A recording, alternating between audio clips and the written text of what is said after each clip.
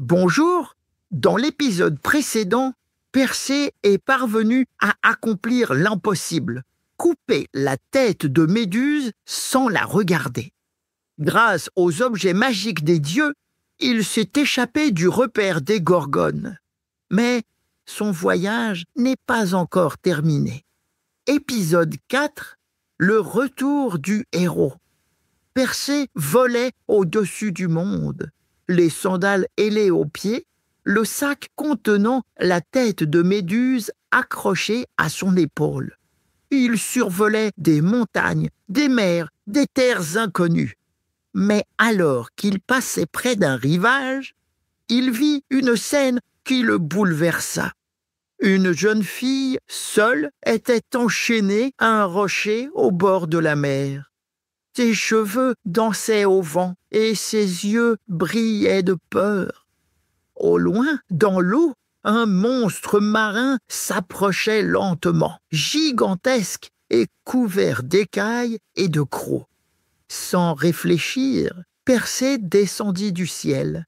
Il apprit que la jeune fille s'appelait Andromède, qu'elle était princesse et qu'elle avait été offerte en sacrifice pour calmer la colère d'un dieu. Mais Persée ne pouvait pas rester là à regarder. Il s'éleva dans les airs, dégaina son épée et combattit le monstre depuis le ciel. Le monstre rugissait, frappait de sa queue, faisait trembler les vagues. Mais Persée était rapide, agile et surtout courageux. Un combat terrible entre Persée et la bête éclata. Mais rien n'y faisait. La bête était trop puissante.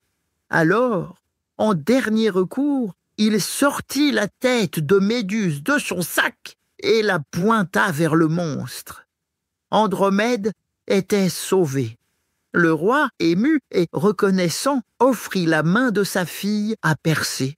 Et Andromède, touchée par le cœur et le courage du jeune homme, accepta avec joie cette union. Un mariage fut donc célébré et les chants résonnèrent partout dans le royaume. Mais Persée ne pouvait pas rester.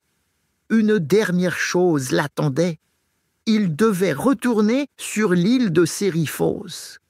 Car là-bas, le roi Polydectès, qu'il avait envoyé vers une mort certaine, continuait d'importuner Danaé, sa mère. Quand Persée arriva, il trouva le roi moqueur et arrogant. Alors, sans un mot, il sortit du sac la tête de Méduse et la montra au roi.